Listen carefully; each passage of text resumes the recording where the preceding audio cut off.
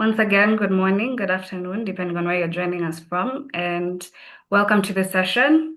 Thank you so much for joining us today. And just as we're letting more people come in, we can start with some introductions in the interest of time. So my name is Joy Chege. I am the Marketing and Communications Lead at PAAN, which is the Pan-African Agency Network. And basically, if you're new to PAAN, what we do is we have brought together the creative ecosystem in Africa. So that's agencies, freelancers, different brands, different tech partners as well. And we are focused on connection, collaboration, and growth in general for creatives across the continent and beyond. So even if you're in the diaspora, you should know that you're well represented here. And for today's session, this is part of our ongoing series of learning and growth sessions that we do as PAN, where we host practical conversations with different thought leaders, agency leaders, brand managers, and so on and so forth. And so we're diving into a very interesting topic. I see there's been quite a lot of interest in this session in particular. We're going to be talking about the new rules of influencer marketing and how you can scale across Africa utilizing data, AI, and creativity. So, as we all know, influencer marketing is no longer just about working with creators. It's about conveying that authenticity. It's about driving impact. Your clients will want to see actual business outcomes from this marketing activities. It's about using data as well now and emerging technology effectively in order to do that. And we're very excited to be hosting this conversation in partnership with IndaHash. So IndaHash is a global influencer marketing platform. They work across multiple markets, including in Africa, and we're very, very pleased to be partnering with them for this. And they bring a deep expertise when it comes to data-driven influencer campaigns, creator partnerships, monitoring, and scaling your campaigns, basically. And so they will also be setting the tone for this discussion. Before we get into the panel, we'll have a keynote from them just so they can let you know what they do and how they do it and how you can work with them as well. But first, an introduction of our panelists. And we've brought together a mix of different platform, agency, and creator strategy perspectives because we want to have a full picture in this conversation. And firstly, we have Francis Karuga, who is the Vice President Kenya at IndaHash. Francis, you can say hi and tell us a bit about yourself. Hi, everyone. Thank you for making time for us today. My name is Francis Karuga. I'm the Vice President at IndaHash. I've been, well, the Vice President for the last 3 years. But previously, I've worked in advertising in Kenya with about 14 years experience.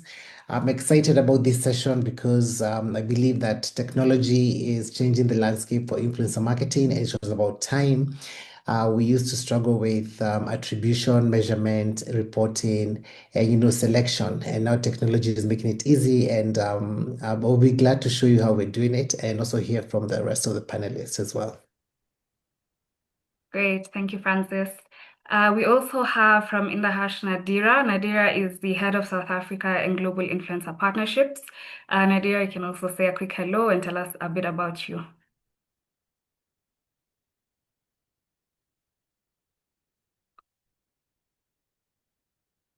Nadira, are you there? My apologies. Can you hear me? Yes, we can hear you now. The age-old issue of having a webinar and the unmute button. But thank you so much, Joy, for the introduction. So yes, I'm Nadira Sali, and I head up the South African team as well as the Global Influencer Marketing Partnerships. And as Frankie mentioned to you, we're here to take you on a journey just to cover the various topics that have been mentioned and show you how and exactly what we do differently to make that happen. So we're excited to take you on this journey. Please, let's keep the session as interactive as possible.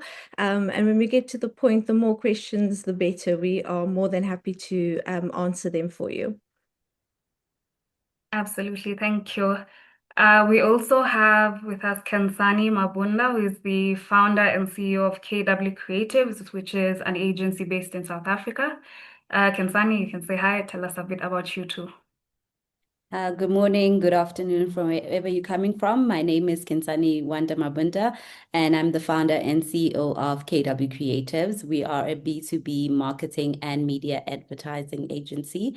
So we have quite a lot of background when it comes to also influencer marketing, but overall the traditional marketing as well. So I'd like to share quite a lot of insight on that. And thank you for inviting me today. Thank you for joining us. From Ghana, we have two panelists. Firstly, I'll start with Kwame. Kwame Opong is the founder and CEO of iStyle Media. Kwame, you can say hi as well. Hi, Jerry. Thanks. Good morning, good afternoon, everyone from Accra, Ghana. My name is Kwame Opon. I'm the founder and CEO of iSell. We're a creative agency that was built from the roots of influencer marketing. So ideally, what we are doing is to drive experiential and digital campaigns, leveraging the power of people. I think 11 years ago, we identified the trust that influencers run with, and we have built our agency around it. And it's quite interesting that every digital campaign, every creative or experiential campaign we run, there is some way or the other is rooted in influencer marketing, leveraging how people can engage communities and all of that. I'm excited to be here, and I'm looking forward to sharing our journey and how platforms like IndaHash as well are also powering what we are doing here in the agency side. All right, thank you. Perfect, thank you.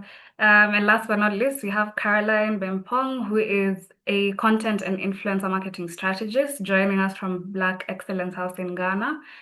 Caroline, you can say hi. Hi, yes, I'm Caroline. I'm a content strategist and I work with Black Excellence House. So, Black Excellence House, we are a strategy-led creative agency and we help brands with their creative direction, strategic positioning, growth marketing, and all the stuff like that. I have been in the digital marketing space for the past 7 years. But my experience also spans across writing, radio, and television ads. So a couple of them you'd see out there were written by me. I've written some for Unilever. I also do art direction. And I'm just happy to be here and hear what the rest of the panelists have to say and also share my expertise as well. All right, great. Thank you so much to all of you for agreeing to speak today, and we're looking forward to hearing all your wonderful insights. Just a few housekeeping rules before we get started. This session is being recorded, so for all the attendees, we'll share this with you after. Even if you registered and you're not able to stay throughout the session, we'll share the recording and as well as any other materials that are shared through the session. We'll also have a Q&A segment, as Nadira mentioned at the end. So if you have any questions, feel free to drop those in the chat. We also have a Q&A, and then we'll address those at the end of the session. So we'll just be collecting those as we go along. And yeah, with that, let's get right into it. So I'll invite IndaHash now to take us through the keynote and just set the stage for our discussion today.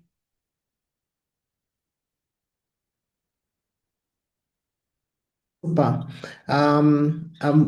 Have you seen the request from Rhoda to join as a speaker?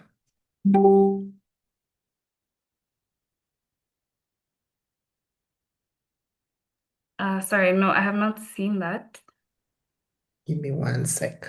Okay.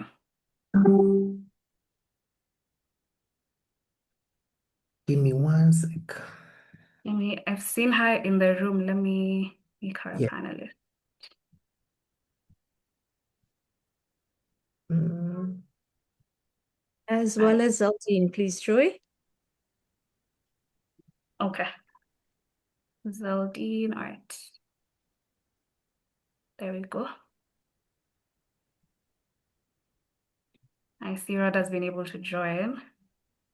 Okay, Zeldine is here as well. Hi, Rhoda. okay. Hi, Zeldine. Hi, Joy. How are you? Hi, Fine. how are you? Oh, I finally feel like I can be seen. Woo! All right, over to you. Please take us through.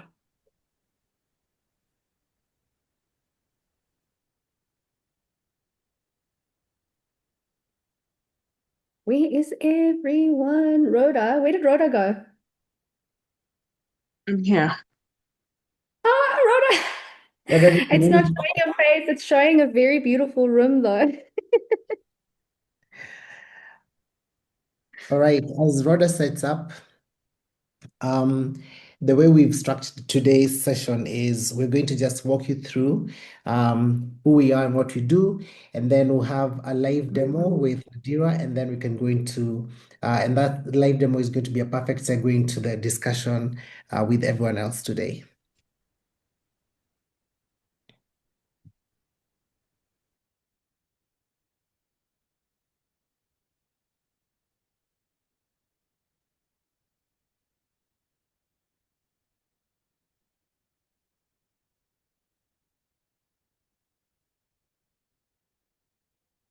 Francis, you can share the document.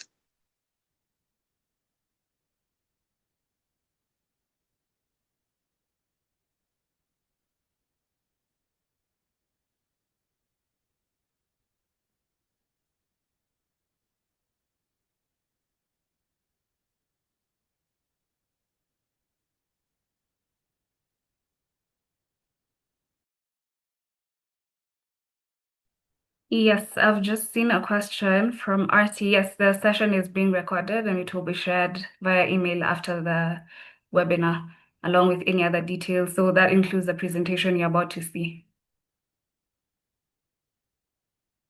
Back to you, IndaHash.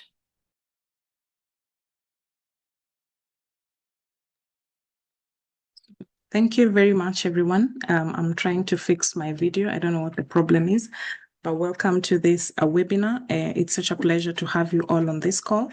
And mine is just to take you through what IndaHash does. And then I think I'll be joined by my colleague, Nadira, who will just take us through the demo. So ideally, IndaHash is trying to make work easier for you when it comes to influencer marketing. And this we do it in 3 steps. So the first one, we are trying to eliminate the human bias from the influencer marketing process. And how do we do it?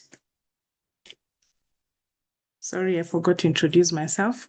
My name is Rhoda from Team IndaHash, Key Account Manager and New Business. Thank you.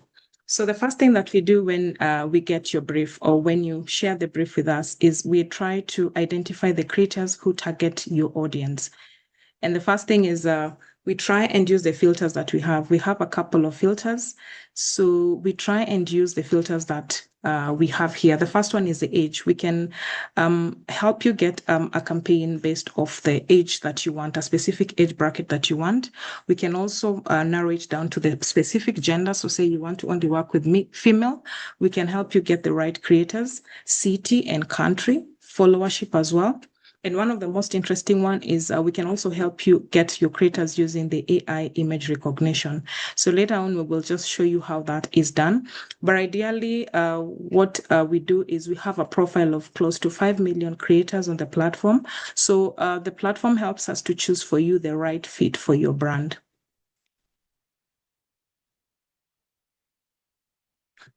Super. So how is the step or how is the flow looking like? So the first thing that we do is we do the strategic planning. And here we want you to share with us your brief. Ideally, the objectives of the campaign. What is it you're targeting? Who are you targeting? And when? And what is your budget looking like? So it's highly customizable based off also the budgets that you have. So once we get the brief from you, we will go to the platform and then we will start looking for these creators. So based off the filters that I have shown you, the platform is intelligent enough to just get you the right fit of creators. So once we have done the selection, we are also able to do something called the brand safety check, which later on we will show in the deck or in the demo. Then once we have selected for you the creators, now we will go and do something called the onboarding process. So onboarding is now where we now negotiate with these creators. So one of the advantage again with working with IndaHash, we are flexible enough to also negotiate rates with these creators. Having worked with them for some period of time, we are able to negotiate good rates for you. We are able to do the contracting and we also do the payments on our end. Once we have the creators and we have onboarded them on the platform, we'll move to the step of moderating the campaign. So moderation is ideally campaign management, where we'll have the creators come up with content. We share the content pieces, first of all, with the client on the platform for them to approve. So the good thing about this is that you as a brand or the client, you're able to see these content pieces on the platform. You're able to give approval and the creator is able to get the notification. Then we also have the content scheduling calendar where you're able to see when and a specific time when a creator needs to have gone live. So all that is available on the platform. So once they have shared the content pieces approved and they have flighted, the system is intelligent enough to now pick for you real data. And Nadira will also show us later on that. So we have advanced reporting capabilities. We are flexible enough to also give you a reporting based off what you want to see. So another important one is the sentiment analysis. You're able to know what people perceive of your product in terms of negative, do you have positive sentiments, and all that is shown on the platform, is available for you on the platform. Next slide. So some of the campaigns that we have done across East Africa and Africa in large. The first one, we have Unilever. Unilever is a big client, and we know they are in the FMCG space.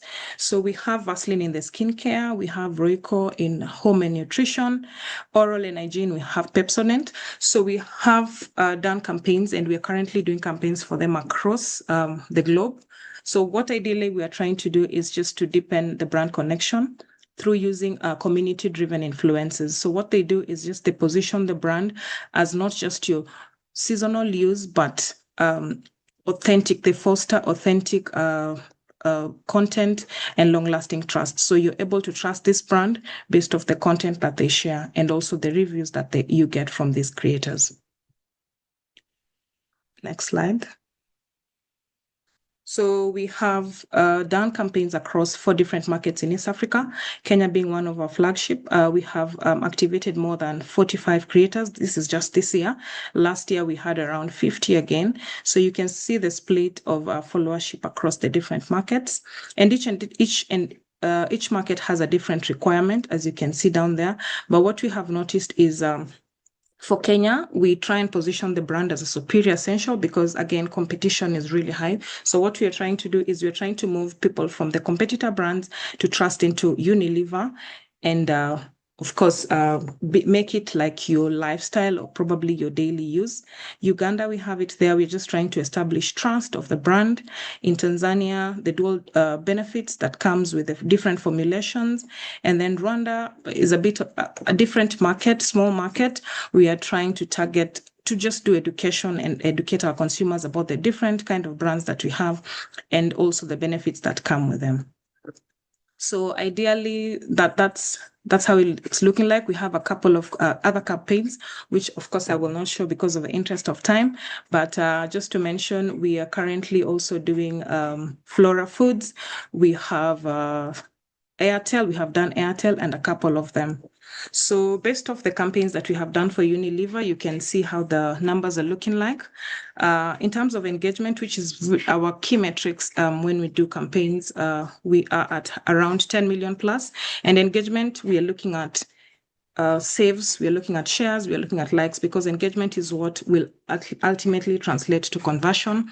And then in terms of reach, we are somewhere at around 120 million, and we are hoping by the end of the year, we will have hit also somewhere close to 800 million in terms of reach. So pretty much that is what it is looking like. My colleague Nadira will take us through the demo so that you can understand exactly how the process flows. Back to you, team. Nadira. Thank you. Just before I kick off, I'll hand over to Zaldine, who's just going to give a little bit of insight in terms of one of the campaigns that we ran for our client in South Africa and how the cultural nuances is so important when looking at influencer marketing. Not only influencer marketing across the board, in essence, when you're looking at managing or running any type of advertising campaign, it's essential that you understand how to connect with the consumer and the market. And she'll give you a little bit of insight into some of the things that we've done from our side. Over to you, Zaldine. Thank you. Thank you so much, Nadira. So I'm going to walk you through one of our powerful examples of how we basically bring in creativity and data together. So this is our campaign with South African Tourism. During Travel Week, we partnered with SAT to launch a very bold influencer campaign under the Summer Yetu banner.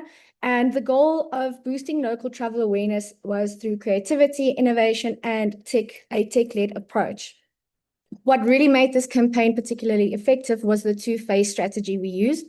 In first phase, we introduced a fake out-of-home activation where our influencers created an ultra-realistic travel content that looked like physical billboards. This blurred the line between digital and the real world. So it basically sparked some curiosity and it was driving viral engagement. We then entered phase 2, where we transitioned into our paid influencer campaign, where carefully selected creators shared authentic travel experiences through their own lens. This, of course, helps drive relatability, excitement, and real interest into the local exploration of South Africa. From a performance perspective, TikTok emerged as the top performing platform, driven by short form, mobile first content that resonated strongly with the young audiences. We also saw standout results from our top creators who delivered highly engaging, authentic storytelling and ultimately becoming some of the most saved and shared content in this specific campaign. And overall, the campaign pretty much delivered millions of impressions across platforms. Excuse me, it also delivered strong engagement rates and a highly positive audience sentiment of over 70%. This is just a great example of how combining creative storytelling with a platform native content can drive both awareness and real audience action. Next slide, please, Joy. Here is one of our biggest ones. We are now moving over to a very strong example, and this is our MasterCard UEFA campaign, which was launched across Africa. This was a multi-market campaign executed across South Africa, Kenya, Ghana, and Morocco, leveraging platforms like your Instagram, TikTok, as well as Facebook. The strategy was focused on hyper-local influencer storytelling, combined with short-form content and on-the-ground activations, all designed to connect with the Gen Z and millennial audiences. We centered the campaign around MasterCard's spend and win mechanic, bringing the brand message to life in a way that felt relevant, engaging, and culturally aligned across each market. From content perspective, we leaned into humorous localized storytelling, which helped make the campaign feel authentic and relatable rather than overly branded. We've seen this as a trend. Looking at the results, we've achieved over 6.1 million reach on Instagram. TikTok has delivered over 750,000 impressions. Engagement rates were particularly strong, with TikTok seeing increases of nearly 80%. And the overall campaign sentiment was highly positive at a 79%. We also saw a significant uplift in product-related conversions, increased by up to 33%. What this case study really highlights is the power of local relevance at a scale, using the right creators, the right content style, and the right platforms to drive meaningful engagement across multiple markets. So yeah, that's just some insight in some of the work we've done. I'm handing back over to Nadira for our demo. Thank you so much for giving me this opportunity. Thank you. Frankie, just before you do press play, so just to give a little bit of perspective and bring everything together that both Rhoda and Zaldine have spoken about. So Rhoda has given you insight into exactly the breakdown of IndaHash, what we do and how exactly we do it. But now I'll be showing you the platform that we use to do it. So outside of just thinking about influencer marketing in isolation, please also remember that influencer marketing can either lead your strategy or it can stand on its own. And we're here to co-create that with you. So quite often we'll either receive 1 or 2 lines from an agency or from a specific client with the intention of wanting to do something along the lines of influencer marketing. And what these case studies have demonstrated is that we sat with the clients, we co-created the creative strategy, we worked through exactly what would work, what would not work, and we were able to take it beyond the content only living on social media. So it included on-the-ground activations, it included radio, and all of that merged into one campaign. So one of the key takeaways that I need you to remember before we go into the demo and thereafter into the panel discussion is to remember that at IndaHash, outside of being able to select and find influencers for you, we are also there to co-create the creative strategy and execution that will best work and fit for your brand. And we are very comfortable in terms of making the recommendations as need be. We are also very comfortable in terms of saying to a client, this won't work for the country or the market that you are trying to speak to. So please do remember that. It's a very important key takeaway. So Frankie, if you don't mind pressing play on the demo. So this is our intellectual property. This is our SaaS platform that we utilize. And in essence, it is really driven by AI. And this is quite an important part of our tool. So what are you basically seeing at the moment is a live demonstration of us being able to take the client's brief that was shared with us, and we are able to upload it to our platform, and utilizing our AI feature, the platform then analyzes the brief. So we're able to work through exactly what is said in that brief. And before that brief is put together, as I mentioned to you, we've sat with the clients, we were able to align with them in terms of exactly what the creative execution needs to be. What you see is the tool basically, once it's analyzed the brief itself, it's now showing us creators that we can potentially utilize as part of this campaign. The level of data that you see in front of you, we are able to see the recent content of the creator. We are able to do analysis checks, as mentioned by Rhoda previously, especially when it comes to our financial clients. We're able to do competitor analysis, and that's all utilizing our AI feature. We then make, as you can see, it's just doing a little bit more of showing you what level of data you can see about each of the creator. And what we do from our side is we look at the creators that have been proposed. We still add the human touch, and that is where the rest of our team comes in. We've got a dedicated implementation, or as we call them, influencer client relationship management team, and we still do the necessary human checks to make sure that everything aligns and is in order. You could see very briefly, you were able to see the engagement rate of the influencer, what their number of followers are, etc., and the style of content. So this is all happening in real time, and this cuts down the amount of time that we spend, or agencies would have to spend, or clients having to search for influencers. Most times you're having to go through social media, search hashtags, look into data, etc. We have the platform and the tool that takes all of that out for you. Okay, perfect. What the system is also showing you now is we can also then build in a reason why. So once we have done the selection of the creators that we believe are the best fit for the campaign, we then prompt the platform to please also include a reason why. And as you can see there, the platform has now given, and it's being populated utilizing our AI tool, and based off the client's brief, we're now giving the client full insight into why this creator is the best fit for that particular campaign. Those are things that, or the system takes into consideration the style of the content, the brand, the way that the influencer represents themselves. It takes data from their bio, and it's all happening in real time with all our necessary safety checks behind you.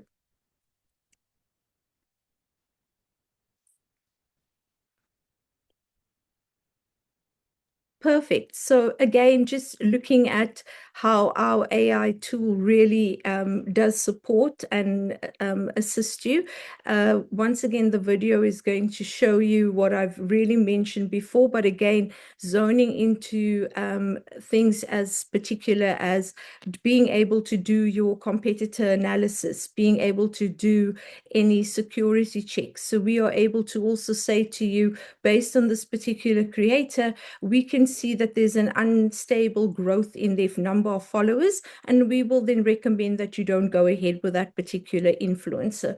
Rhoda mentioned in the presentation, at the start of the presentation, that our platform hosts over 5 million creators. We as IndaHash are not limited to only use the 5 million creators that are registered onto our platform. We have the freedom to work with any creator globally. Based on this, it's as simple as dropping the social media handle into our tool, and the system starts to analyze the creator's data, and they are added into our platform. So at no stage is that limitation at or capped at 5 million. I know in your mind you must be thinking, okay, 5 million globally is not that much, but we also can give you insight into exactly how many creators per platform we already have registered on our app. The influencers are also not required to register on our app to be able to cooperate with us. So we do deliver end-to-end campaign marketing solutions for clients, and it really cuts down a lot of time. So when speaking to a lot of our or most of our clients, they've told us that whether they're using us to only implement a portion of their campaign or the full campaign, it cuts down so much of the time of having to do the manual searches, and utilizing our AI feature that we've built into our platform. It showcases how simple it is for anybody to be able to access it. While we are busy implementing your campaign for you, you as the client gets full access to see the data that you see in front of you. So all of this is readily available. So from the creator search to analyzing the brief to ensuring that the creators align with the campaign, running the security checks, we can even go as far as to do an audience overlap. We can look at the creators' location as well as their city location and the penetration thereof. So if you are in the space of opening a retail store and it's based in a particular city, we're able to support you and take you through that process and zone into creators that will really match for your campaign. Okay. So that's it from our side, or from my side, just giving you a brief introduction to IndaHash, exactly who we are, what we do, and how we exactly do it. So it's not just, it's not a thumb suck system that we use. It really is a data-driven system, and the integration of our new AI feature into our tool has really taken the platform to the next level. As far as when it comes to even the implementation of the campaign, we do the full end-to-end campaign management for you, and then we're also able to give you a full end of campaign report, which is a simple to generate, and it forms part of our basic offering, which really sets us apart from our competitors because the data is driven and actioned and captured in real time. So we are able to see and refresh the data. So whether you're having a once-off burst campaign or a long-term campaign that you are wanting to manage and run with us, as Rhoda showed you in the example of the case studies for Unilever, as well as Aldine showing you the MasterCard UEFA campaign, that was a burst campaign. It was specific to a time period. We're able to show you everything that's needed. Okay, so that's it from our side. All right, thank you, Nadira, Rhoda, Zaldin, and the IndaHash team at large. I think that was quite insightful. And for me, as somebody who also deals with influencers, one of my key takeaways, aside from cutting down the time, is also the biases that we have as individuals. Because here you're getting a full database with more creators than beyond what you know or who is in your sphere of influence. And I think that's quite important as you're working with such platforms.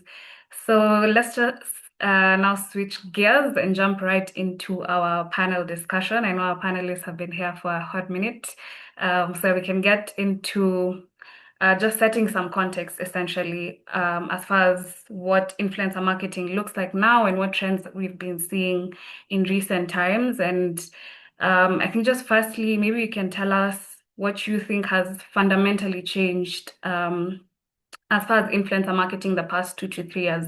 Of course, we've seen a lot more, authenticity coming to the fore, short form content, things of that sort. A lot more investment as well by brands into influencer marketing, whereas before, they would prioritize, organic content or paid ads. So maybe you can give us some insight, starting with you, Kensani. What have you seen changing fundamentally?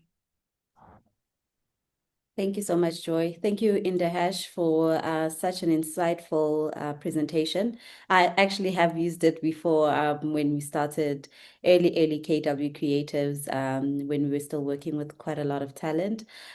So from my point of view, like you said, authentic content has become the conversation, but we've seen such a huge shift between Instagram and TikTok now taking over. And one of the biggest things is content creators that came up just from TikTok alone.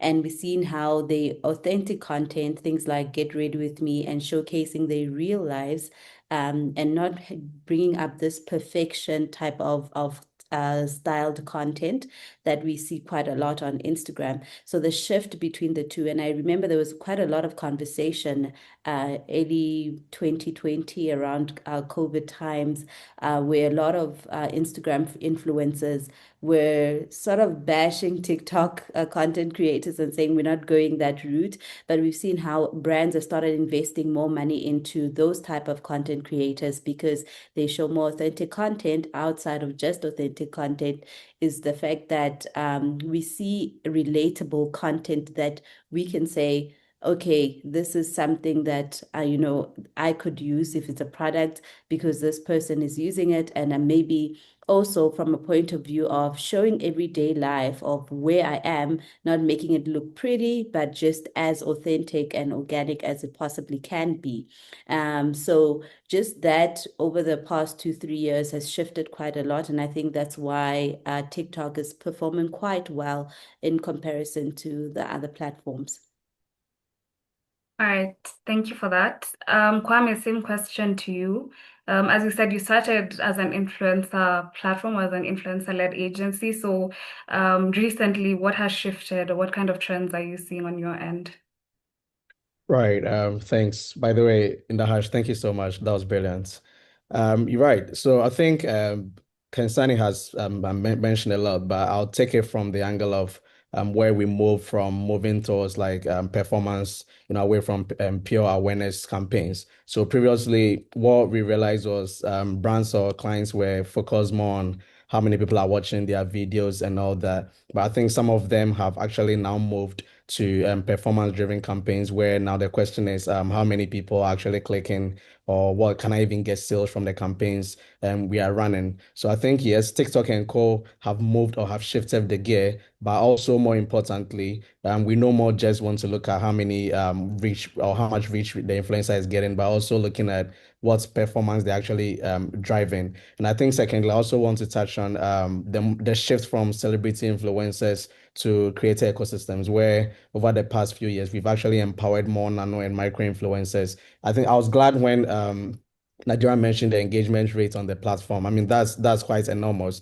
But how are we able to achieve these things? We're able to achieve it because we are now empowering micro creators whose engagements really matter because that is where the high engagements are actually driving from. So there's also a shift from the celebrity focused influencer campaigns to actually focusing on these micro and nano influencer areas. And then thirdly, I would also touch on the use of data and AI as well, because now the audience of the influencer matters. Previously, you are choosing based on how nice their content is and all that. But I think now clients are also more focused on the audience that the influencers have. So we are using AI tools like IndaHash and others to actually measure the quality of the audience that the influencer is speaking to, and then how we would be able to manage the campaign as a whole using technology. So I think these three shifts for me have been very relevant within the past 2 to 3 years. All right. And just piggybacking off that, what you've talked about with performance, I wanted to ask Caroline, because you work with, clients directly from an agency point of view. For you, what does a high-performing influencer campaign look like today versus maybe 4 or 5 years ago? Has that changed? And what kind of metrics are you prioritizing now when you're talking to clients and presenting this campaign and saying this is a campaign that did well versus before, what was a campaign that would have done well a few years ago? Okay, so just to address your question, before I even talk about that, I just wanted us to talk about who an influencer is for those of us who are still on the fence. So an influencer is basically anybody who has the ability to shape opinions, decisions, or behaviors in a specific audience or a community, right? And so the role of an influencer is being able to have these three characteristics. That's trust, authority, and then reach. So that means trust, meaning that people believe in you. Authority, meaning that people actually respect and identify themselves with you. And then also reach in a specific community, that not necessarily large, but relevant. So there are types of influencers beyond social media, but I believe a lot of us have joined today to talk about social media influencers or learn more about them. But it goes beyond that. So even before that, we had political or social change leaders, and we have the likes of Nelson Mandela and Kwame Nkrumah who fall in this category. And then we also have traditional influencers before social media became a thing. And this we can look at TV personalities, radio hosts, and people in that kind of traditional space. And then we have even the professional and expert influencers. Here we have dentists, we have people in the professional space like doctors, financial advisors. And it's interesting because if you're looking at a campaign that is marketing like, say, an oral care brand, say Pepsodent, right? These people are often underlooked, but people are actually more likely to go in for a dentist influencer. That's people are more likely to trust a dentist than maybe somebody into lifestyle. So I think it's very important that we understand the categories of or the types of influencers as well. We have the community influencers. We have even our peer influencers. That's our family and our friends. And then we have the digital or social media influencers, which is why a lot of us are here today. So under the social media influencers, we also have the nano, which sits between the 1K and 10K follower range. We have the macro influencers, which are over 100K, and then we have the micro, which sits between 10K and 100K, and then we even have the mega or celebrity influencers. So now to come back to your question on how, what does a high performing campaign look like today? I would say a high performing campaign looks at engagement quality over just reach, because you can have the followers that would provide reach. You can look at a post that has a lot of views, but the engagement is very low. That not a lot of people are commenting and not a lot of people are sharing. And when you look at the kind of engagement metrics that drive more value, you realize that a lot of times it's the interactions in the comment sections and the shares, because likes even today are very passive. Someone can like something but not really engage with it. So I think that's like the one of the things that would qualify as a high performing campaign. And also the fact that in this season, these influencer campaigns are very always on and phased. Unlike before, that was more like one-off best. So a brand just works with an influencer to be a one-off amplifier and then never engages with the influencer again. But now we have long-term, brands see influencers as brand partners or co-creators, and we have long-term contracts with them. It's phased, it's always on, and it's authentic. Another thing that I think would qualify a campaign as high performing is the ability for it to scale or get into the wider marketing ecosystem. So I think looking at it from an African lens, for instance, across market campaign now would have to be modular. So when I say modular, I mean a campaign that can be adaptable per country. So if MTN is running a campaign in Ghana, how are they able to readapt that campaign in, say, South Africa or Nigeria? Success also includes how well the content travels just beyond social media to word of mouth to physical spaces as well. And so I would say that's what I think makes a high performing campaign as compared to the previous years. So, yeah. Okay, thank you so much. And also for that background, just for anybody who didn't know the classifications of influencers that we have. I think that was very helpful. And you've mentioned something on scaling and how successful campaigns now are campaigns at scale. And so just moving into that discussion, to you, Francis, from now a platform perspective, what are some of the challenges that you're seeing brands and agencies facing when it comes to scaling across different African markets? Because as you've said, you work across East, South Africa, West Africa. So what challenges have you been able to observe? I guess the biggest challenge is, convincing, brand owners and agencies to trust data. You notice in other mediums, you always look at data first. When it comes to influencers, there's still a heavy default to the human bias. So sometimes, I'll give an example, sometimes you present your strategy and you present your list of creators based on data and based on what you feel is best based on what the data has told us. And the first question is, I don't know who this person is.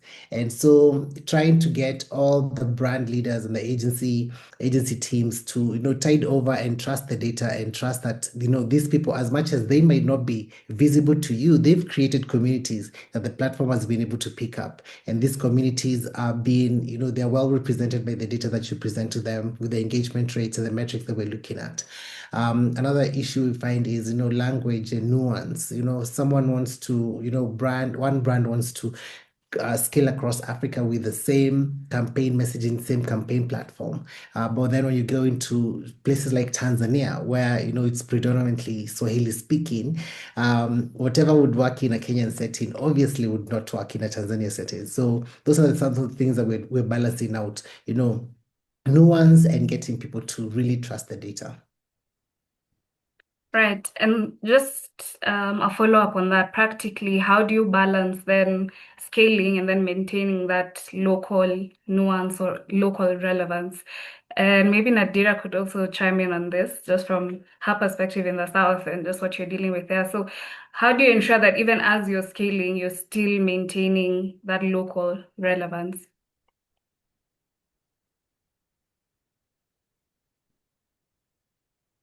Sure. So it all boils down to the human factor. That's what I call it in a nutshell. So it comes down to the intelligence of the team, making sure that they have a look at the creator itself, ensure that the content that they are delivering is relevant to the market.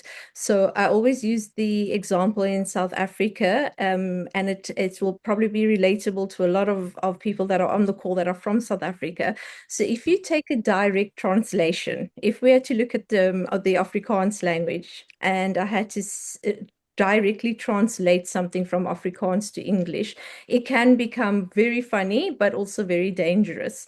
And that rule applies across the globe and then also across Africa. So when it comes to making sure that a campaign is culturally relevant, it is important that the narrative that you drive or the narrative that you bring across is relevant and it does make sense to the market that you're speaking to. So you can't directly translate a campaign. So Caroline, as you mentioned, MTN, for example, maybe the creative execution of what MTN is doing in your country won't directly fit with what is happening in South Africa, because it might be the same product that they're wanting to launch, but the execution, the platforms, everything would have to be different. And that is where we come in and use the data and the insights that is available to us and on our platform, as well as the human factor that I mentioned. All right, great. To you, Kensani, I know you've talked about the people. So as an agency, what are some of the, I guess still the same question, what are some of the mistakes you've seen within agency contexts when it comes to trying to scale? And I know you've worked with influencers across countries. So what are some of the things that you've seen that haven't worked and that other agencies who are in this room should, try to stay away from? I think just what Nadira was saying, we don't have a one fits all, we can't have a one fits all strategy, whether it is even in South Africa alone, like the language barriers is something that we need to always consistently think about. And in also culture, we are in Africa, so we have different types of cultures, vast cultures, even in South Africa alone. I remember one of the campaigns that we were doing with the Liquefied Petroleum Gas Association, we had to go around all the provinces and doing exhibitions demonstrating actually how to use gas at home for both heating and cooking. And language was one of the things that stood out. So we immediately realized that we can't come with a one strategy and say, oh, we're going to set up and this is how we're going to talk to people. One of the greatest things that we did is everywhere we went to, we engaged with a local, whether it's a local community leader or someone who could connect us with someone in that space that is popular and can be listened to, or they can just come in and share also, be our MC. They're the ones that can pull the community to us and actually have conversations directly with the community. I found myself even breaking some of the languages. I'm Tonga, so sometimes I'll be in Durban and I'll try to speak Zulu, and I'm in Cape Town and I try to speak Xhosa, and that's what we needed to do, because we realized very early that in order for you to connect and engage in a campaign, and online it could be different. We could have our content written in English, but we have to meet the people where they are. And I think if we look at scaling and agencies in terms of the mistakes that we make, is that it can never be in one language. In Africa, it never really happens like that. In one language, and it also cannot be in one strategy, because when you go to different places and you want to connect to different audiences, you have to meet them where they are and understand their culture.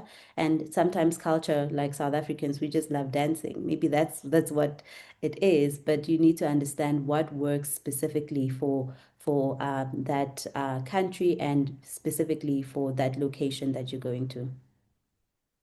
All right. I see Caroline wants to chime in. Go ahead. Yes. I'm loving the conversation so far. I just wanted to add that the balance comes from knowing what should be centralized versus what should be localized. So a part of what everyone here is currently agreeing on or saying is that what must remain local is the storytelling style and the cultural context, which is very, very important. I'm loving that we are all on the same page, and also the creator selection. These are the three things that should remain localized. But when you're looking at it from what can scale, I think that the strategic idea and then the campaign objective are things that you can scale across the continent, and then the measurement framework as well. So these are the three things: the strategic idea, campaign objective, and then the measurement framework are the three things that can scale. And then what should remain local is our storytelling approach, creator selection, that's our influencers, and then the cultural context. I think once we are able to agree on these things or move forward with that, we'll have a very successful campaign. So in Ghana, for example, right, what we consistently see is that our audiences respond to campaigns better when they feel like it was made for us, right? Like this is not just something that was adapted for us, but this is something that was made for us. They get us, they understand us, making them feel seen. And when you go to a different market, you need to understand their tone, even their humor, how to adapt it to fit each audience, and then also whether like one of us were speaking about how we need to sometimes change our tone or our language. So all of these things are things that we need to adapt for. No, we don't need to adapt, because then that will be contrary to what I'm saying. So we need to make sure that it's made for the people. So not to approach it from let's adapt, but to approach it from the sense of we are making this for the people of this specific country, although we are trying to scale. Yes. So that's just what I wanted to add up. Thank you for that. And just going off of that now into how data comes into play in the conversation. For agencies, to you, Caroline and Kwame, how in your side of the African continent, have you seen agencies utilizing data to inform influencer selection, especially? Of course, there's the platforms that you can use to come up with this data, but how does it come into play practically now when you're running this campaign? All right. Yeah, thanks. So I think it's actually become more essential recently. Practically, so recently we sent a list of influencers to a client. It was a beverage company, and they come back to say that, hey, we can't work with 9 out of 10 of your influencers because we ran an AI check on them and realized they've used this word, but it's contrary to their brand's standards and all that. They've done this, they've done that. I'm like, okay. So now, previously, when we were running beverage campaigns, we are just looking at the age, and even that would collect their ID cards to confirm whether or not they are above 18 or 21 based on the LPA we are dealing with, and then would get them to screenshots their insights from Instagram, like they would have to send it to us. Like all of those times are gone. Now, data is really key, and because you want to understand the audience demographic. For instance, when it comes to brands that are legal bound, so they have like age requirements, so betting companies, lottery, alcoholic beverages, and all that. They'll be penalized if they are engaging an influencer who is speaking to let's say a minor. So now how do you check that a section of the influencers audiences are actually above the legal drinking age that you are looking at in your market? And that is where data comes in. How would you be able to check? You can't actually, even the influencer will not have an idea whether a minor is following them or not. And that is where tools come in. And then secondly, also, I think Caroline mentioned engagement quality in her presentation is key. How do we be able to check how the engagement rate of an influencer is? So I think now what we do is we have systems that are able to measure these things even beforehand. So we don't just go in assuming that the influencer might possibly have a good engagement rate and all that, but we use AI like systems like IndaHash to measure the engagement rate of influencers even before. And what we do for on our side as agency, what now we do for clients is we're able to estimate the engagement rate or the possible engagement that the influencer has to actually acquire in the campaign. And we also set those as KPIs for the influencer. So we use data on your previous campaigns, your native content, and then your brand campaigns to be able to measure or estimate the potential reach, impressions, clicks, all of that you can acquire. Then we set averages to set KPIs for you. So as part of your influencer requirements, you're supposed to sign off to this, that the campaign you are running, this is the minimum number of engagements or rates that you have to actually achieve per campaign. And we use data to acquire that. And also, it also gives us an idea on past campaign performance.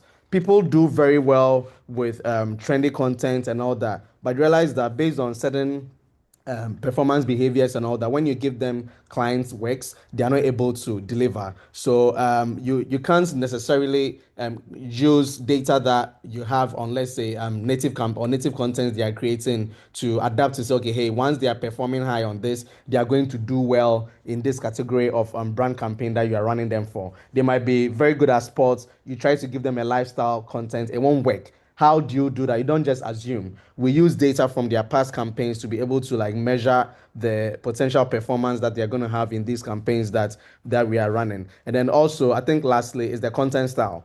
We're able to use AI to now check which contents are actually performing well, because now you don't just want to impose your content styles or content directions on the influencers, but based on the performance data you have, you're able to advise which direction they should go. So you say, okay, hey, when you create humor content, it's better. It does this. When you post images, some influencers do well with image content than or do better at image content than video. When you have data on all of this, you're able to tell, and it advises your campaign as to which direction you should go without necessarily just running an all play all campaign. Okay, hey, everybody should just send an image, send a video, that kind of thing. So we use data to inform our decisions when it comes to selection, campaign performance, and then tracking as well. Okay, great. Nadia, you can go ahead as we're rounding out on data just because of time. Yes, sure, no problem. So, Kwame, just something from our side. You definitely needed us to support you on that alcohol beverage campaign, most certainly. So just to add to what you've basically said is that our platform also showcases to you, and it might not have been that clear in the video, but anyone can reach out to us. Obviously, we'll take you through the platform, but it's able to showcase to you the audience data of the influencer. So it shows the demographic, the age breakdown. It can also show you the brands that they are most likely affiliated to, etc. And we take that insight and that data, and we're able to draw up a full bio for you about the influencer that is presentable to your client. So yeah, just in the interest of time, I thought I'd add that for you. It all forms part of what our platform has on offer. Great. And just on AI, and I think you've answered a lot about how AI adds value with selection, with evaluating the influencer that you have, with performance tracking. But I wanted to ask about authenticity, because now we're even seeing AI influencers. So how do you think AI is affecting the authenticity of the creator ecosystem? And how do you think, as either brands or agencies, you can work, not because we're not going to combat it, it's here to stay. So how can we as agencies work with that, ensuring that you maintain that brand trust and authenticity? And I think this can just go to everyone. You can give us just a quick insight on how you're using AI and how you're trying to integrate it to ensure that you still maintain the trust of your audiences. We Okay. can start with So the first, yeah. okay. So for us, for what we're doing with AI is making sure that number one, we have a lot of influencers who will, to show you a large audience, but what we do is we check on credibility score. We give our creators a credibility score, to ensure that what you're getting is based on reality and, real humans, following this person. So our platform is able to scour through their platform and their content and give you a credibility score so that you're not, victim to AI slop, which is really important. Another thing that we do is on brand safety. On brand safety, we're able to check for you, if that creator has been creating content that's not brand safe, and AI helps us with that as well. And obviously with a lot of content authenticity, is this person, creating this content themselves, or is this person just generating it from an engine? So we're able to tell that both on text, on imagery, and on video as well. Okay, wow. That's quite a powerful tool. Yes, Kansani?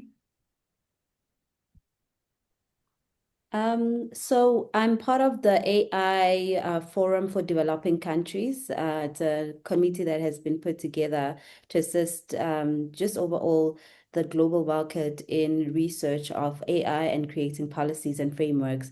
So one of the things that we are currently working on is making creators create their own AI models. So if you're a creator right now and you're thinking, how do I use then AI? The only conversation that we're also trying to have now is how do then those models or those creators become compensated for the data and the obviously models that they will be putting out on those platforms. But another way of also considering AI in this case is that it is obviously not going anywhere. So as agencies as well, we are looking at how are other creators using AI to sort of present themselves a certain way, and at the same time, how does this affect us also as an agency? Because like when you talk about data, is the information relevant first of all, and are they using it in the best way possible? There are some clients obviously that are open for usage of AI. I remember there was one campaign that we were trying to do, and the client just wanted to test out and say, maybe let's not spend money on getting a voiceover artist. Let's do the voiceover via AI. And there was different types of tools that we tried out, voices that we tried out. And eventually we said, maybe this is not at the point where we wanted to be yet. Let's go back to using a normal human voiceover for this specific campaign. So I think for a creator's point of view in this case, I would say look into how do you then create a model that actually is you as a creator, and how do you then incorporate that in the best way possible? All right. I don't know if any of the other panelists have anything to add on that before we get into the questions. Yes, Kwame. Yeah, right. So I think I'll take it from the creator point of view. So now we've engaged creators who are actually using AI to draft content, like help them understand what's based on their performance on past campaigns, what sort of content direction will actually perform better. So now they don't just create content, they're able to create it not just on humor, but also understand what actually their audiences are looking forward to. So I think we have creators using AI basically even to draft like captions to understand what trending topics are moving around. We have AI powered platform that can generate invoicing and all that quite easily. So I think on the agency side, yes, you are definitely looking at creator discovery, audience analysis, campaign trends and all that. But most importantly is how now the creator is able to use AI to actually make their work better and faster. Now, when they're able to join platforms, they are now easily going to share their campaign performances with their clients using AI to like measure. You don't need to necessarily use Excel to tabulate your performance results and all that. Now you have AI systems that are able to share a general campaign performance report on every platform that you put just by just placing the hashtag, or sometimes manually just putting in the campaign link or the post link that you created and all that. So I think from the creator perspective, AI is moving them from just being able to manually share their content and all that to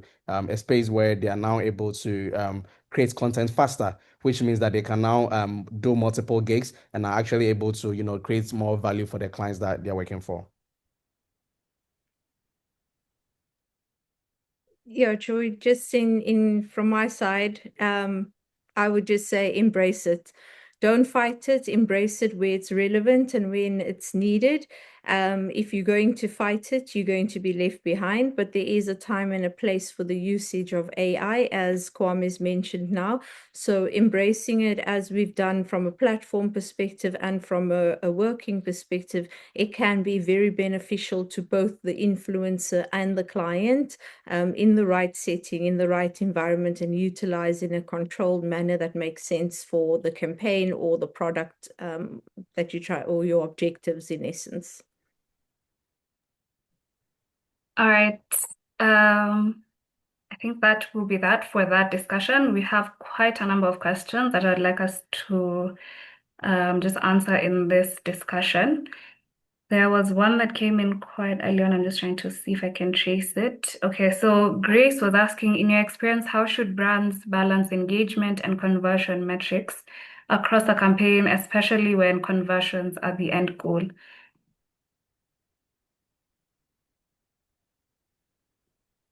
I don't know if anybody wants to answer that.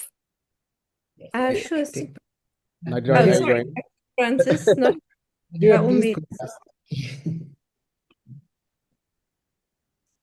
Should I go for it? Yes. So in my opinion, just to answer your question, Grace, it really comes down to that key messaging. So whether you're using influencer marketing as the lead, or whether you're using SMS or TVC or whatever the case may be, it comes down to that key messaging, and exactly the objectives doesn't necessarily have to overlap each other. So if you're wanting to do conversions, make sure that the messaging is key and it's used in the right way with the right influences, and clients understand that based on the one particular influencer's engagements, etc., the conversion rate of you actually getting the next step or the sale won't necessarily be as high up as they would want it to be. But making sure that the call to action is very clearly communicated, I think that also just plays a key part in terms of wanting to achieve that. Okay, go ahead, Kansani. I think from an agency point of view is that the client will always ask for return on investment. And it's great that we have great reach, but overall, what do they want to get out of that specific campaign? And if it's a brand that is selling a product, for example, they obviously want to see sales as the conversion at the end of the day. So the numbers, yes, may speak for themselves in terms of, yes, I've maybe managed to get X number of people onto the website, but how many of them actually converted into purchasing clients or customers in that case? And that's what most clients would be looking at. So what we've seen over the years is that some influencers are great at, doing the awareness part of it and reaching as many people as possible, and then some are really good at converting. And there's an influencer, beauty influencer in South Africa called Kayams, and she does that quite well when it comes to conversion. What we've seen with her is that it doesn't matter what product it is. I think when we've now trusted her and engaged with her content for so long, that the minute she puts it out there, it gets sold out nationwide. You will even go to the store and they say, oh, it's because of KMs, that product is sold out and we won't have it coming anytime soon. Like we've run out of stock everywhere. And that, from a client perspective, is great conversion. That, from a client perspective, is okay. This reached our KPIs and even exceeded in terms of numbers. So I think from an agency perspective, is always looking at what is the client's goal, because sometimes the client is not really direct to say, I actually just want the sales. And you reach the numbers in terms of, as many people as possible online, but did it reach their sales goals as well? So I think matching that overall with the campaign is great. All right. Yeah, and I think we all have those influencers in our different regions. So if they promote something, it will definitely convert. So knowing how to differentiate is very important. There's also a question that came in from Wangoi, who was asking, how can you ensure steady engagement on email? I don't know if this is at the point of the influencer driving people to email, or I'm not quite sure what she meant, but maybe just you can touch on how you can integrate email marketing into influencer partnerships or influencer campaigns. Kwame, maybe you can tell us from the campaigns that you've done, if that's something that you've done before and how you've done that. Right. Okay, so I think for us, previously we've run conversion campaigns that have needed these bits, and what we've done is to actually see the influencers audience first of all as a funnel. So I think what most people miss is clients think once you're running a campaign and you are looking at clicks and all that, the influencer just goes straight ahead to say, hey, I'm selling this, go to this website to buy. But for us, it doesn't work that way. It still works with the entire marketing system that we all know, that you need to constantly, start from getting people into the funnel to make sure you're having a wider reach. And then the influencer goes on again to speak about the product, trying to now get them to like engage with the content and all that, and then possibly get them to consider to perform an action on it. And then lastly, you actually give them the chance to perform that action. So for us, what we've done is that we for campaigns that require such objectives, we've made sure that we've run it within 3 to 6 months minimum, where we tell clients that, hey, you can't achieve this sort of results within a month. It's not possible. Yes, you can actually get some results, but would like to for us to reach a very high optimum results, we advise that you run it between 3 to 6 months. So what we do is that we let them go ahead to like create the awareness content and all that, and then they try to engage their followers, and we provide a link. So what we currently do is we connect them into lead generation campaigns where the influencer is now able to get people to fill a form, sometimes using rewards. So one campaign we ran for a lottery campaign, we generated a gifts reward platform where the influencers were telling their audiences that, okay, hey, I'm going to give you this or that. You just need to fill your data on this gifts platform, then I'll select a number of you to give out rewards to. So we use that to generate the leads. Then we now run an extended email campaign from the influencer, where that as well as agency, we took over like the design and all that. So we put this in Mailchimp, and then we're able to run these campaigns to the leads that were generated from the data that they collected from their gift campaign. So it's not outside, because imagine a stranger, no matter how big the influencer is, just sending you an email on the campaign that they are running. I mean, you'd get angry. So we still follow the funnel approach, where we start from like the bigger base of getting these audiences into the funnel, and then now scale it down to people who are actually interested after they have filled the form, or we generate their leads. Then we can run the email campaign from there. All right. There's a question that's just come in.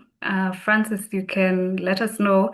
This is somebody who's saying they are a nano influencer and they're asking how one can join the IndaHash platform. And I think that can just be a good question to answer for any other creators in this session. Okay, so the thing is, we typically don't ask creators to join our platform, but we do, because we're able to we have first-party data from all these platforms, Facebook, the Meta group of apps, and TikTok. So typically, we'll not say, join the platform. But if the creator is on this webinar, they can maybe send me a link and I'll look at their data. I don't know what their profile is, and I'll look at their data and I can give them feedback directly. Okay.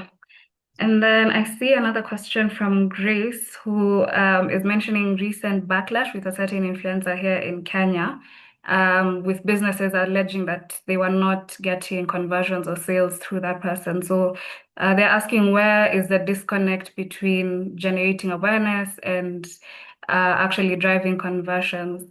And Caroline, from your experience, where have you seen that disconnect coming, especially from the brands that are working with these creators? Can you repeat the question again? Yeah, they're asking where the disconnect is between generating awareness and creating those conversions.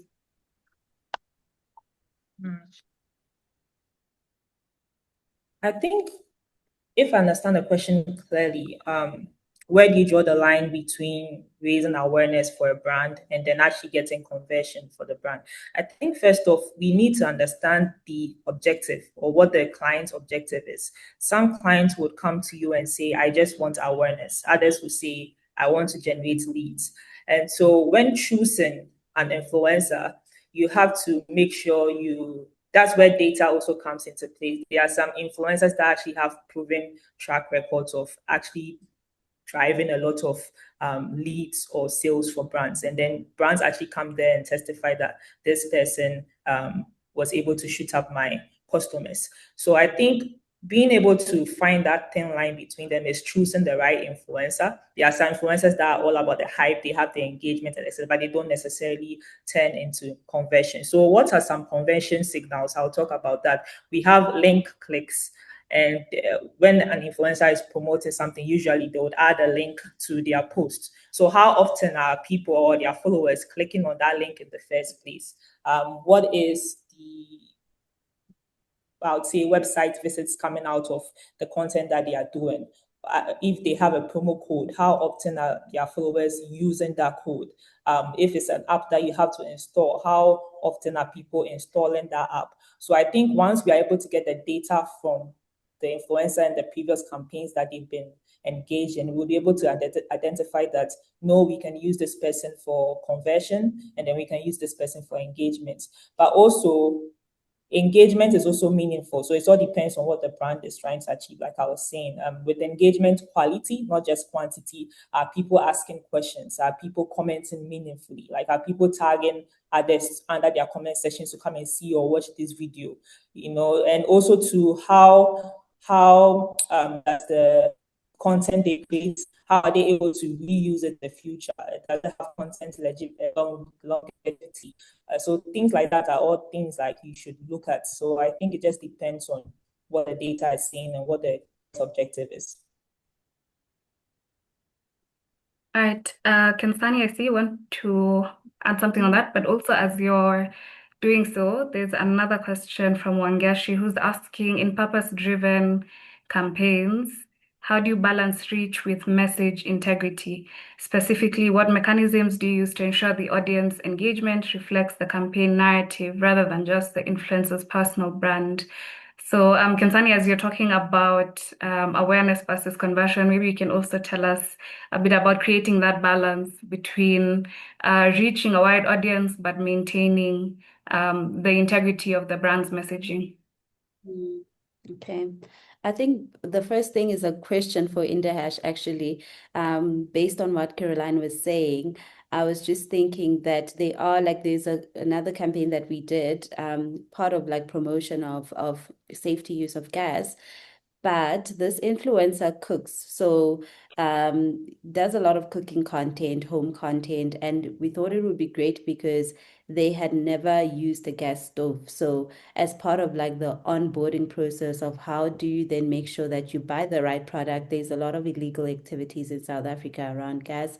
So how do you purchase the right product? How do you check that the product is permitted? And there is a website from the association to do that. So we went through a process of just educating him first and then him going onto the website, checking for appliances and cylinders, and then from there purchasing from the right reputable dealer, then getting the delivery, then connecting and showing people, okay, when you receive it, this is what you do. And then from there, actually then does his Sunday cooking meals using his gas stove. But what I noticed from there is that the comments that we're getting were not necessarily most of the comments that we were trying to receive as an agency. We wanted more like questions, like people asking us questions about, how do we do that process, and all of the things around the illegal gas use. So what we noticed is that we were just getting comments mostly about his cooking, people just liking that and obviously saying, oh, this is great, because that's what the content is. So from an IndaHash perspective, my question is, then how do we then sort of filter that and see if your engagements and your comments are driving not just awareness, but are we getting engagement from that specific influencer based on their data that makes people engage on a educational point of view? Is there a way that we can filter that? Because I'm thinking if we do a campaign like that again, and we're looking at, obviously, is this influencer the right customer persona for us to engage with for the type of audience that we want to reach? Will we get the type of engagement that we need? So that's an IndaHash question. Any one of you can respond to. And then just circle back on your last question. Yeah, so I think it actually ties into what you were asked about in purpose-driven campaigns. How do you balance reach with actual impact, essentially? So, what mechanisms can you put in place to ensure that the audience engagement reflects the campaign narrative? So it's really just what you've asked about to IndaHash. Yeah, so I'll point that question to IndaHash because I just also want clarity in terms of how can the platform also help us with identifying that. Okay. So I think I'll give an example of what we're currently doing for one of our clients who is in the clean cooking agenda. And what we've done is we first looked at the audience data for a bunch of creators, and then from the audience data and then their creator data. So with that consideration put in place, we were able to figure this person can be able to speak to different localities because we're looking at a regional campaign. And from there, once we selected them, and like what you're saying, the immersion is very, very important. Before we signed them on, we needed them to understand that this is what we're selling, and or that we were selling a concept, not a product per se. And we could not sign them up until they fully agreed and were aware of what's expected of them. And once we got into play with the campaign, what we do for literally all our creators, we understand that sometimes messaging can, someone is known for being a comedian and you bring them on for a product, their messaging, they might end up mad in your messaging. So what we do is our creative team ensures that they go through concept notes first. Before any execution is done, we go through concept notes and we use we use our data as well to see if this concept note is going to hit at least minimums of what we're looking at in terms of message reach. And we also give them a lot of insights as well. So we say, okay, based on what you've shared, I think this is where you need to tweak. There's a lot of resistance, obviously, around concept notes, because then someone will say, but that's not my voice. What we also do is trying to make sure that the concept note is fully aligned to your voice on social media so that your audience is not lost. If you're known for Get Ready With Me videos, I'm not going to start asking you to be, boiling bones in the morning. That's not your style of content. So we make sure that we try and marry the brand objectives, the brand messaging as much as possible, and we put the guiding rails. And the guiding rails here are the concept notes. They are really important. So what you see is by the time someone is going out to shoot content or is speaking about a product, we are fully aligned on the messaging points that they need to ensure that they are well captured in their content. And it's working for us really well. Okay, thank you so much to all of our panelists. I'm thinking that we are running out of time. So just to wrap up the conversation, I think one thing that has come out clearly is influencer marketing is evolutionary, just as everything is in the marketing sphere. And for you to have success, there are several things that you need to keep in mind, which is, for instance, how you combine data with creativity, authenticity, and technology to drive actual impact. And also how you're measuring that impact is very important. And yeah, so thank you so much to everyone who joined us today. At PAAN, these are exactly the kind of conversations that we love to have and that we continue to have. So you can keep an eye out for other sessions. We do webinars, we do master classes. So in case you'd want to learn about those, you can check out our website that is at paan.africa. And you can also follow us on social media, and you'll be able to see other conversations like this where we bring together different thought leaders. And also, if you'd like to become a part of PAAN, if you're here, you're an agency or you are a freelancer, you can also join the PAAN ecosystem. So again, just check out our website. You'll see instructions on how to do that. I want to say a very big thank you to all of our panelists. You've been just incredible. You've given us so much insight. I've learned a lot, and I can see a lot of the comments coming in. Everybody is echoing that sentiment. And thank you as well to IndaHash for powering this session. And we are looking forward to working with you more and connecting you also to the PAAN ecosystem as well. So they're a great partner to connect with. I did see a question on the presentation they shared that will be shared to you on email alongside the recording of this webinar. So don't worry. In case you want to reach Francis, the contact information will be there on how you can get in touch with them and partner with them for your campaigns as well. And yeah, so thank you so much, everybody, for your time and your patience as well. We really appreciate you joining us and engaging with us. And to the panelists, I'll give each of you 1 minute just to close out, some closing remarks from each of you, starting with you, Francis. Right. Thank you so much for making time for us.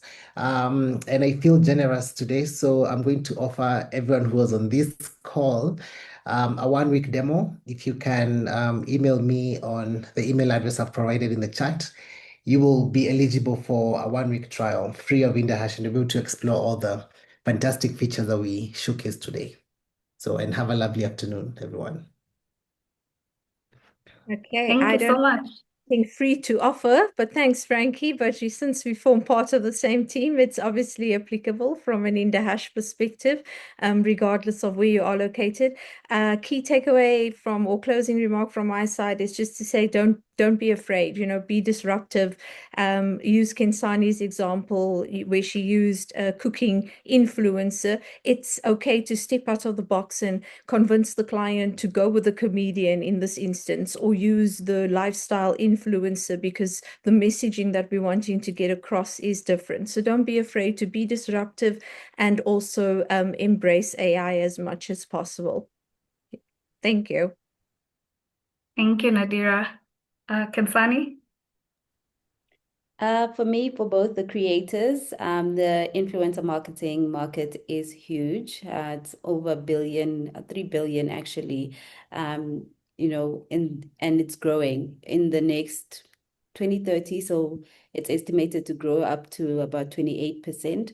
So that says a lot about where money is going in terms of advertising. And I see a lot of corporates also now considering, and brands considering cutting the advertising, normal traditional advertising budget to influencer marketing. So I'm saying the pie is huge, even for those who are probably here and saying, I'm a nano, I want to start. Maybe it's like there's enough influencers. There will never be enough. The market is growing and there's more opportunities coming your way. And then for agencies, I think let's also think about how do we then also transform as the times go with AI, with also working more on influencer campaigns and make them bigger.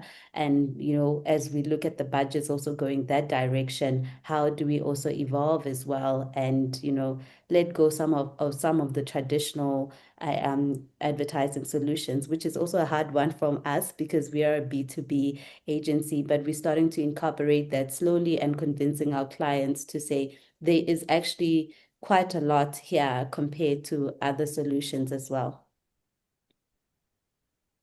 All right, thank you so much, Kansani. And Caroline, you can also give us your parting shot. Okay, thank you all for joining this conversation. Influencer marketing in Africa is evolving rapidly, and the brands and agencies that will succeed are those that combine cultural understanding, authentic creator relationships, and the smart use of AI and data, which is what we've discussed today. So hopefully we all got one or two out of it. And my advice is for us to continue building systems that scale in size, not just campaigns, and always prioritize real engagement over vanity metrics. And I also want to also talk about what Kensani hints on about the market can never be too big for influencers, because now people are into niche or have a specific type of role in their influence, which is very important if you also want to be unique or have a special place in the market. So you can either be into tech or lifestyle or healthcare. You just have to identify what you are into and work on building that. And so thank you again for your time and participation. And I look forward to connecting with everyone on LinkedIn. You can add me up. Yeah, thank you for that. And thanks for being a panelist today. And lastly, we have Kwame. You can say your quick goodbye as well. All right. Thank you so much, Joy. We really appreciate. So I think I'll take it from the African storytelling perspective. There was a time when tech was a thing. I mean, tech still is, but you remember when African tech devs were like joining Andela and everybody was trying to learn coding and all that. Even though it's still a hit, I'll say that the new thing for Africa is storytelling. This is our culture. If you took 1,000 people and compare the number of people that would be able to easily learn coding and adapt as compared to those that can just pick their TikTok and create content, you realize that more and more people are able to create content. And I think for me, that is like the next big shot for Africa. So let's embrace it.